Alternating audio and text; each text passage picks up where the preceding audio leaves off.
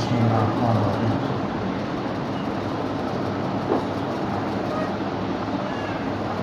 صلی اللہ علیہ وسلم. الاصل اضافۃ الحادث الی اقرب اوقاتہ.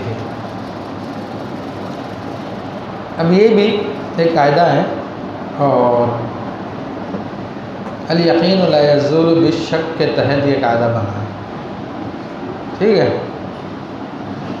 کہ حادث کو اس کے قریب ترین اوقات کی طرف مضاف کیا جائے گا، منسوب کیا جائے گا. کہتے ہیں کہ اس کی مثال ہم پیچھے بیان کر کے آ چکے ہیں. منہا ما قدمنا فیما لو رعا فی ثوبہ نجاستن وقد صلی فیہ، کہ کسی نے اپنے کپڑے میں ناپاکی دیکھی، درحال یہ کہ اس میں نمازی پڑھ چکا تھا. ولا یدری متی اصابتہ، پتہ نہیں چلتا کہ کب لگی تھی یہ نجاست. یعیدھا من آخر حدث احدثہ، تو اب آخری مرتبہ جس کو حدث ہوا تھا، یعنی پیشاب پخانے کے لیے گیا تھا، تو اس کے بعد سے جتنی بھی نماز پڑھی ہے سب دہرا لیں. والمنی من آخری رغبۃ، اور اگر منی کا نشان دیکھا تو آخری مرتبہ جو سو کے اٹھا تھا تو اس کے بعد سے جتنی نمازیں ہیں وہ دہرا لیں.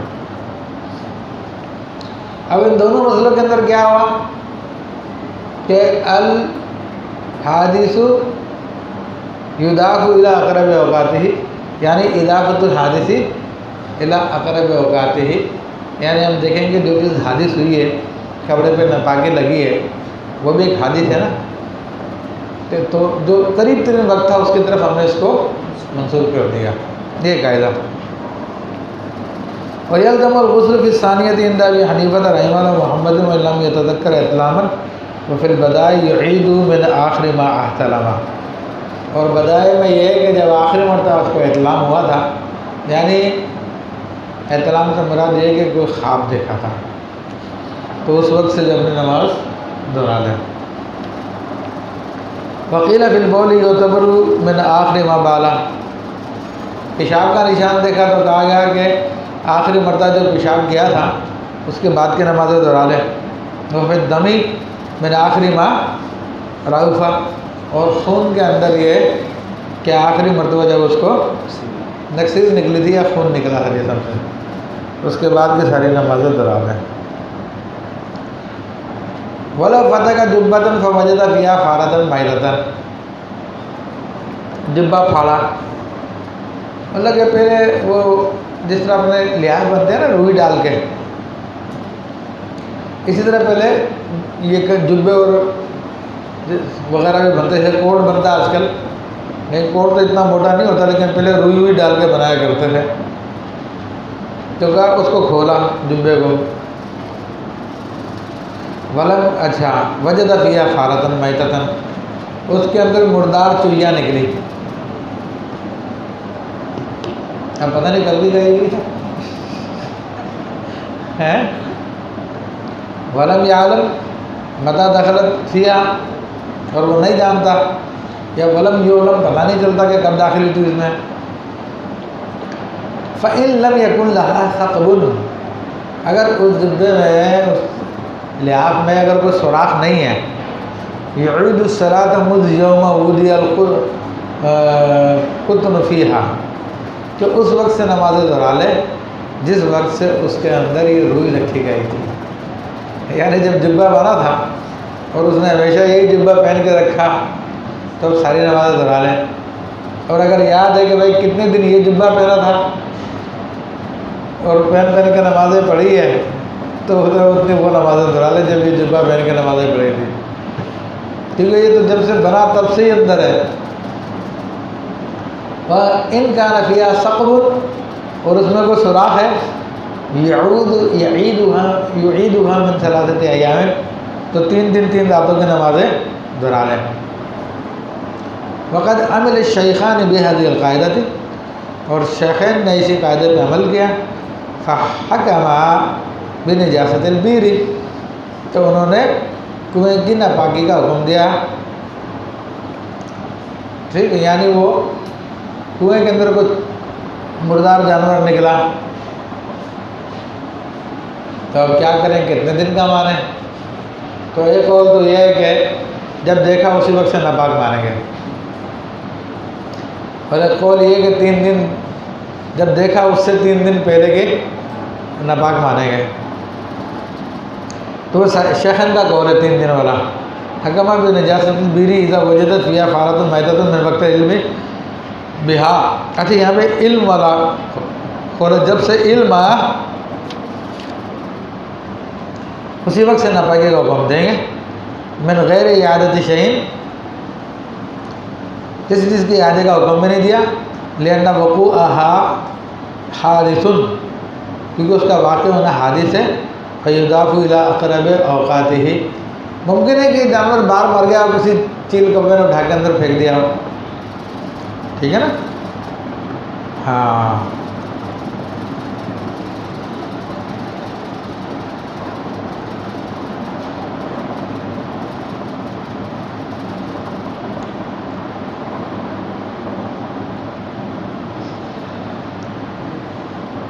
یہ انہوں نے کہا کہ وقت عمل الشیخان بہذه القاعدۃ، شیخین سے مراد کون ہوتے ہیں؟ ہاں یہی تو میں پریشان ہو رہا ہوں۔ یہ قول امام محمد اور امام ابو یوسف کا ہے، اور امام اعظم کا قول 3 دن 3 راتوں کا ہے۔ کیا؟ ہاں مسئلہ یہ ہے، صاحبین کا قول ہے کہ جب دیکھا تھا اسی وقت سے ہم ناپاکی کو کم کریں گے۔ نور النظام میں بھی لکھا ہوگا یہ قول، ٹھیک ہے، اور امام اعظم فرماتے ہیں کہ 3 دن 3 راتوں کو کر لے احتیاطاً۔ اچھا جی، وَإِذَا وُجِدَتْ فِيهَا فَارَةٌ مَيْتَةٌ مِنْ وَقْتِ الْعِلْمِ بِهَا مِنْ غَيْرِ اعادۃ شیء لأن وقوعها حادث ويضاف إلى أقرب أوقاته۔ وخالف الامام الاعظم، اب یہ دیکھیں یہاں پہ وضاحت بھی کر دی انہوں نے، فاستحسن اعادۃ الصلاۃ ثلاثۃ ایام، امام اعظم نے اس مسئلے میں مخالفت کی اور 3 دن کی نمازوں کی اعادے کا حکم کیا۔ تو اوپر یہ شیخان نہیں ہے بلکہ صاحبان ہیں۔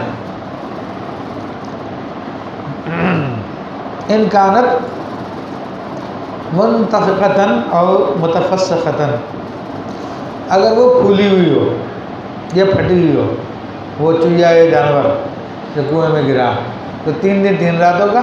وَإِلَّا فَمُنْذُ يَوْمٍ وَلَيْلَةٍ، ورنہ اگر پھولی پھٹی ہوئی نہیں ہے تو 1 دن 1 رات کی نمازیں دہرا لے۔ امراً بالسبب الظاہری، سبب ظاہر کو دیکھتے ہوئے، دون الموہومی، وہم کا اعتبار نہ کرتے ہوئے، احتیاطاً کل مجروح اذا لم یزل صاحب فراش حتی مالتا یحال بہ الجرح، جس طرح کہ زخمی آدمی وہ اگر صاحب فراش رہا اپنے زخم کی وجہ سے اور یہاں تک کہ مر گیا، تو اس کی موت کو اسی زخم پر معمول کیا جائے گا کہ زخم کی وجہ سے مر گیا ہے، ٹھیک ہے؟ تو اسی طرح یہاں پہ وَمِنْ لَوْ كَانَ فِي يَدِ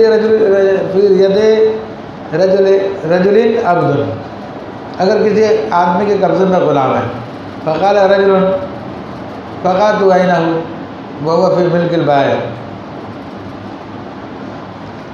یا فقیت عینہ، یوں کر لیں اس کی آنکھ پھوٹ گئی تھی، درحال یہ کہ وہ بائع کی ملکیت میں تھا۔ فقال المشتری، اور مشتری کہتا ہے فقعت فهو فی ملکی، تو میں نے تو اس وقت پھوڑی تھی جب یہ میری ملکیت میں تھا، ٹھیک ہے؟ فالقول للمشتری فیاخذ عرشہ، یہ فقاتا ہوئے ہیں۔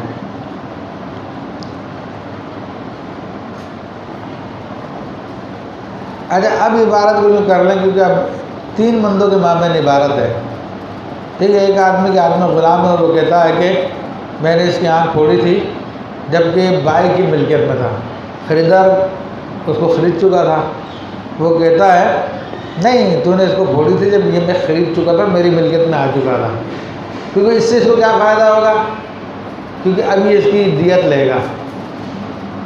فالقول للمشتری فیاخذ عرشہ، عرش کہتے ہیں وہی دیت اس کی، تو چنانچہ مشتری جو ہے اس کی دیت لے گا، کیونکہ اب بائی کی ملکیت میں پہلے تھا، بعد میں کس کی ملکیت میں آیا،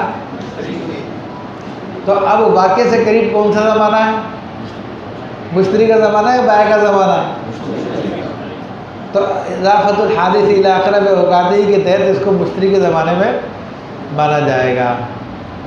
یہ قاعدے کا مقصد ہے، بات سمجھ میں آ رہی ہے؟ ہاں۔ وَمِنْهَا ادعت ان زوجها ابان فی المرد وصار فارا فترث، عورت نے دعویٰ کیا کہ اس کے میاں نے اس کو مرد الموت میں بائن کر دیا تھا اور وہ فار ہو گیا تھا، فرّ یفر فارا، بگوڑا ہو گیا تھا جائیداد سے، یعنی مجھ سے اپنی جائیداد بچانا چاہتا تھا، تو انہوں نے کہا مرنے والا ہی ہوں میں، چلو اس کو بھی طلاق بائنہ کر کے اس کو فارغ کر دوں میں، تاکہ اس کو جائیداد نہ ملے۔ عورت یہ دعویٰ کرتی ہے، تو جو مرد الموت کے اندر اگر بندہ طلاق دے تو وہ فار کی طلاق جو ہے اس کی وجہ طلاق تو ہو جائے گی، لیکن وہ وراثت سے محروم نہیں کی جائے گی اگر عدت کے اندر مرا تو۔ فترث، تو عورت فارغ ہو جائے گی۔ وقالت الورثۃ ابانها فی صحتہ، اور ورثہ کہتے ہیں کہ نہیں جی صحت کی حالت میں اس کو بائنہ کیا تھا، مرض الموت میں نہیں کیا تھا، کیوں مرض الموت میں کرے گا تو طلاق فار ہو جائے گی، جس کا وراثت سے محروم کرنے کا فائدہ حاصل نہیں ہو سکے گا۔ وہ کہتے ہیں نہیں صحت کی حالت میں کیا تھا، چنانچہ اس کو وراثت نہیں ملے گی۔ اب کس کی مانے، کان القول قولها، تو بات عورت کی مانے جائے گی۔ کیوں مانے جا رہی ہے، کیونکہ عورت وہ بات کر رہی ہے جو کہ قریب ترین زمانے کی بات ہے، اضافت الحادثی الی اقرب اوقاتہ، تو آخر میں مرض الموت میں تھا نا، وہ اسی میں طلاق دی۔ یہ کہہ رہے کہ مرض الموت سے پہلے جب وہ حالت صحت میں تھا تب دی تھی، تو ان کی بات دور ہو گئی اور عورت کی بات، تو اس لیے قولها فترث، اس کا قول مانا جائے گا اور اس کو وراثت ملے گی۔ اب کہتے ہیں وخرج عن هذا الاصل مسألة الکنز من مسائل الشتم والخداع، اس قاعدے سے ایک مسئلہ نکل گیا جو کنز کا مسئلہ ہے، جو مسائل شتم میں قضا میں بیان کیا گیا ہے، وہ اسی طرح کا مسئلہ۔ وَإِنْ مَاتَ ذِمِّيٌّ، ذمّی مر گیا، فَقَالَ زَوْجَةٌ، بیوی بولی اسلمت بعد موتہ، بیوی بولی کہ میں اپنے میاں کی موت کے بعد مسلمان ہوئی ہوں۔ کیوں بول رہی ہے ایسا، تاکہ وراثت میں حصہ مل سکے، کیونکہ اگر اس کی زندگی میں مسلمان ہو جاتی تو اختلاف دینین کی وجہ سے وراثت نہیں لے سکتی تھی، تو جب مرنے کے وقت کہتی ہے میرا مذہب اس کا مذہب ایک ہی تھا، وہ تو میں نے بعد میں اس کے مرنے کے بعد مذہب چینج کیا ہے، تو اب مذہب ایک تھا تو پھر وارث تو بنے گی اس زمانے کی، ٹھیک ہے۔ وقالت الورثۃ، اچھا ورثہ بھی سیانے ہیں، وہ کہتے ہیں اسلمت قبل موتی، نہیں جی یہ تو اس کے مرنے سے پہلے مسلمان ہو گئی تھی۔ فالقول لہم، تو ورثہ کی بات مانی جائے گی، حالانکہ قاعدے کے مطابق عورت کی بات مانی جانی چاہیے، کیونکہ عورت جو ہے مسلمان ہونے کے بعد جو ہے بات کی کر رہی ہے، اقرب اوقات کو دیکھا جائے تو عورت کی بات مانی جائے، فالقول لہم، لیکن بات ان کی مانی جائے گی، مع ان الاصل المذکورہ یقتضی ان یکون القول قولها وبہ قال الظفر، اور یہی امام ظفر نے فرمایا حضور قیاس کے، ٹھیک ہے۔ یہ مستثنی مسئلہ ہے، کیا ہے، اس کو یاد رکھنے کا۔ وانما خرجوا من هذه القاعدة فيها لأجل تحکیم الحارم۔ اب علامہ ابن الجیم رحمہ اللہ وجہ بتا رہے ہیں کہ بزرگوں نے اس والے مسئلے کو، ذمہ والے مسئلے کو اس قاعدے سے کیوں نکالا؟ اس قاعدے سے نکال کے ایک دوسرا قاعدہ لگایا. کیا وہ دوسرا قاعدہ کیا ہے؟ تحکیم الحال، کہ حال کے مطابق فیصلہ کرنا. لأجل تحکیم الحال وہو ان سبب الحرمان ثابت فی الحال، کہ حرمت کا سبب اس وقت ثابت ہے. فیثبت فیما مضی، تو اس کو ثابت رکھا جائے گا ماضی میں بھی. اس کو ماضی میں بھی، ہاں، یعنی یہ کام سی باتیں جو ہم زندگی میں کرتے رہتے ہیں، اس قسم کی بات ہے. جیسے کوئی آدمی ملا آپ سے، آپ کو صحت مند نظر آیا، تو آپ سے کوئی پوچھتا ہے کل کیسا تھا یہ؟ ارے کل بھی ٹھیک ہی ہوگا جب بھلا جنگا نظر آ رہا ہے ابھی. اگر بیمار ہوتا کل یہ تو وہ کمزوری کے آثار اس کے چہرے میں نظر آتے. تو آپ نے جو سبب اس وقت موجود تھا اس کو ماضی میں بھی جاری کر دیا، اور آپ نے کہا صحیح ہوگا. ٹھیک ہے. اور کبھی ایسا بھی ہوتا ہے کہ ماضی کا حکم جو ہے حال پہ لگا دیا جاتا. جیسے آپ سے کوئی پوچھا، آپ گھر سے آ رہے ہیں اپنے، ابھی آپ کے ابو کیسے ہیں؟ آپ صبح 5 گھنٹے پہلے ملاقات ہوئی تھی آپ کی، آپ کہتے ہیں وہ ٹھیک ہے، خیریت سے ہیں.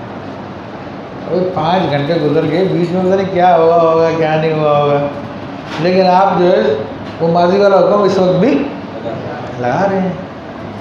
تو یہ مختلف صورتیں ہیں جو ہم اپنے زندگی میں استعمال کر رہے ہوتے ہیں، لیکن ان کے قواعد و ضوابط کا ہم کو علم نہیں ہوتا. تو یہاں یہ پڑھنے سے ہمارا علم بھی آ جائے گا، استعمال بھی آ جائے گا. تو کہہ رہے ہیں کہ چونکہ وہ ان سبب الحرمان ثابت فی الحال، کہ حرمت کا سبب فی الحال ثابت ہے، یعنی یہ عورت مسلمان ہے، اس کا میاں ذمہ تھا، تو یہ دونوں کا اختلاف دین ہے. اختلاف دین کے سبب وہ وارث نہیں بن سکتی، اس لیے ہم اسی حکم کو ماضی پہ بھی لگا رہے ہیں. لیکن امام ظفر قیاسی کی بات کرتے ہیں. وہ کہتے ہیں قیاس کے مطابق عورت کی بات مانی جائے گی. ٹھیک ہے. وَمِمَّا فَرَّعْتُهُ عَلَى الْأَصْلِ مَا فِي الْيَتِيمَةِ وَغَيْرِهَا، اور وہ چیز جو میں نے متفرع کی ہے اسی قاعدے پر، وہ ہے جو یتیمہ اور دیگر کتابوں میں ہے. وَلَوْ أَقَرَّ لِوَارِثٍ ثُمَّ مَاتَ، اپنے وارث کے لیے کسی بات کا اقرار کیا تھا اور پھر مر گیا. اور آپ اقرار کے اندر پڑھ کے آئے ہو کہ عین مرض موت کے اندر اقرار کرنے کا کوئی فائدہ نہیں ہوتا. وقال مقر لہو اقر فی الصحت، مقر لہو کہتا ہے کہ نہیں، صحت کے زمانے میں اس نے میرے لیے اقرار کیا تھا تاکہ اس کو کچھ مل جائے. وقالت ورثہ سیانے ہیں، وہ کہتے ہیں کہ فی مرض ہی، مرض الموت میں کیا تھا اس نے. فالقول قول الورثہ، تو ورثہ کی بات مانی جائے گی. کیوں؟ اس لیے کہ اضافت الحادث الی اقرب اوقاتہ، کہ ورثہ بعد کی بات کر رہے ہیں.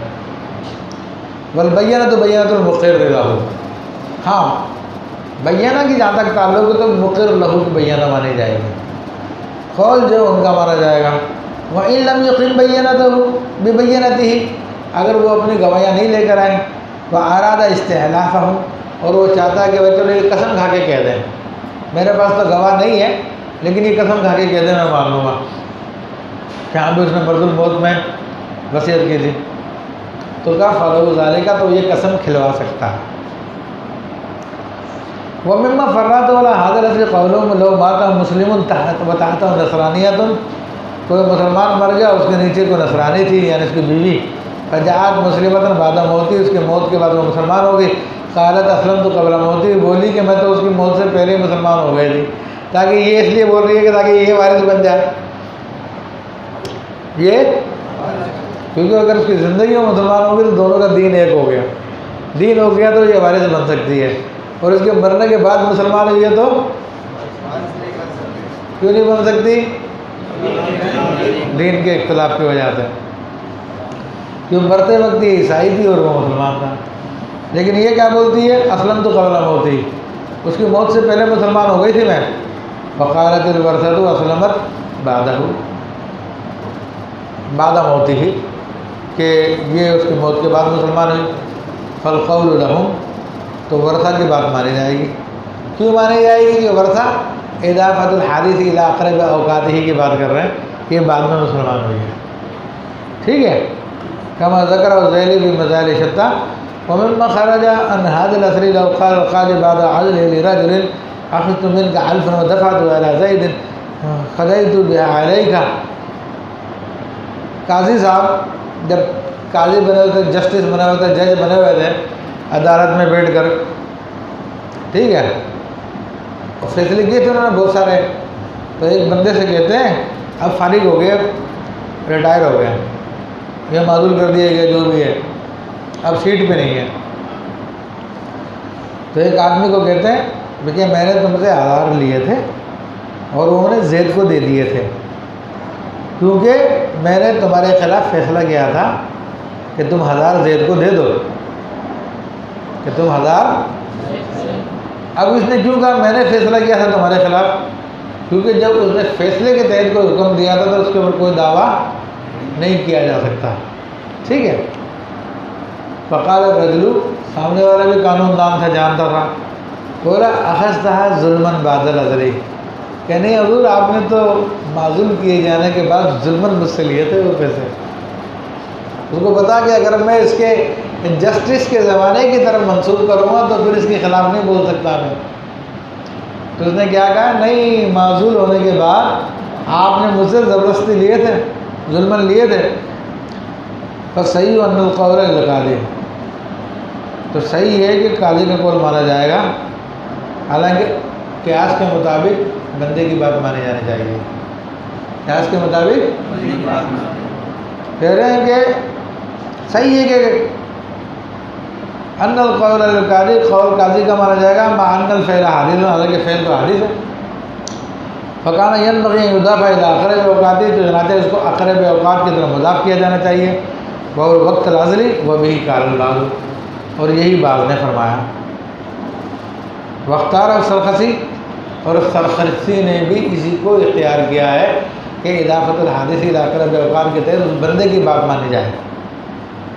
وکذالک اذا زعم الماخوذ منه انه فعله قبل تقریر القضاء، اور اسی طرح سے کہا گیا کہ اچھا لیکن المعتمد الاول، لیکن معتمد جو ہے اول ہے، یعنی قاضی کی بات مانیں گے، لأن القاضی اسند الى حالت منافیۃ للضمان، کیونکہ قاضی نے اس واقعے کو ایسی حالت کی طرف مضاف کیا ہے جو کہ زمان کے منافی، یعنی قضا کے زمانے میں جو فیصلے کرے گا اس کے اوپر کوئی اس کے اوپر زمان ومان نہیں ہو سکتا قاضی کے اوپر، تو وہاں پر وہ قاعدہ آئے گا الاصل العدم، الاصل العدم، فكذلك الزام الماخوذ منه انه فعله قبل تقریر القضاء، اور اسی طرح یہ حکم ہوگا دوسرے، یعنی پہلے قول کے مطابق کہ قاضی کی بات مانی جائے گی، کہ قاضی کہتا ہے کہ میں نے قاضی بننے کے بعد تمہارے خلاف فیصلہ کیا تھا، اور وہ کہتا نہیں تم نے قاضی بننے سے پہلے کیا تھا، تو یہاں پہ بھی وہی قاعدہ چلایا کہ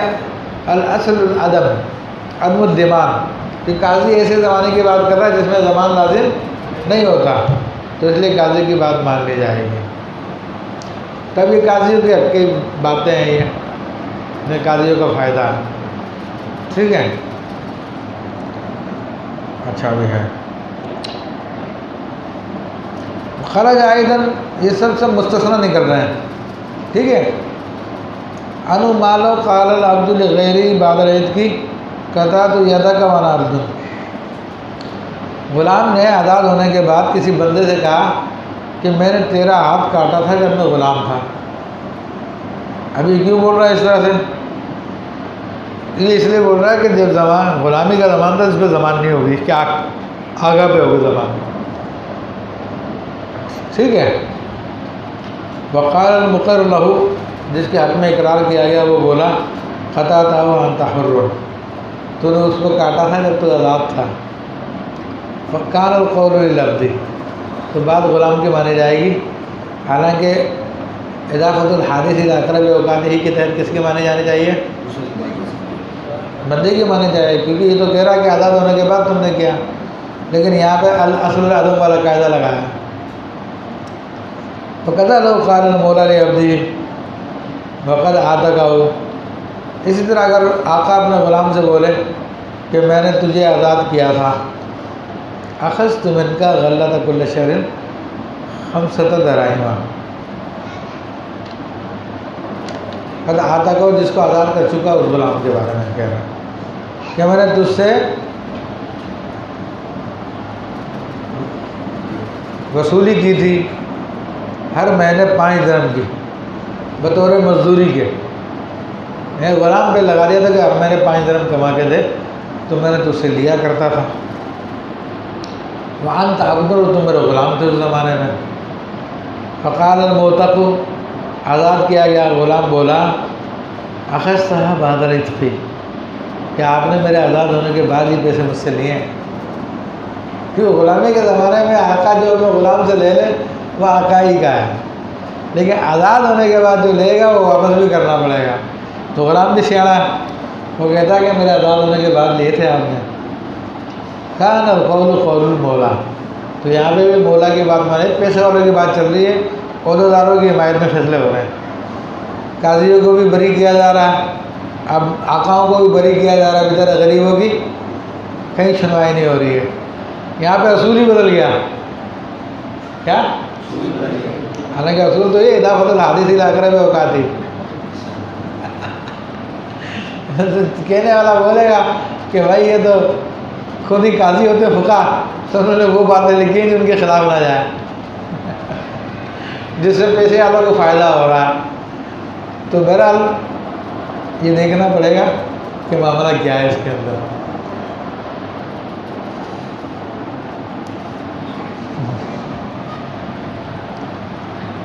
تحقیق کرنی پڑے گی. تحقیق کے بعد ہی آپ دیکھیں گے کون سے اصول پہ ہم فتویٰ دیں، کون سے اصول پہ نہ دیں. کیونکہ اگر بات جیسے ہمارے زمانے کے ججز ہیں تو ان کے حق میں تو اس قول کو نہیں لے سکتے. ان کے حق میں تو ہم لگائیں گے اضافت الحادث الی اقرب اوقات. تو بے ایمان ہے سارے کے سارے، بیٹھے ہوئے حرام خور ہیں، انگریزوں کے ایجنٹ ہیں، دین کے دشمن ہیں، اسلام کے دشمن ہیں. ہر وہ کام کرتے ہیں جس سے اسلام کو نقصان ہو، اور ہر اس کام سے دور رہتے ہیں جس سے اسلام کو فائدہ ہو. یہ سارے ججز، یہ سارے حکمران ہو رہے ہیں. ہاں اچھا، ہمارے لوگ جو منافق ہیں، ابھی پیپلز پارٹی نے ایک بل پاس کیا ہے جس کے بعد یہ کہ 18 سال کی عمر تک کوئی مسلمان نہیں ہو سکتا. کیا؟ ہاں. اور اگر 18 سال کے بعد بھی مسلمان ہوا تو پوچھا جائے گا کیوں؟ کیا؟ کیوں؟ سندھ اسمبلی نے پاس کر دیا وہ. اب یہ سارے کے سارے کافر ہیں، دین کے دشمن ہیں.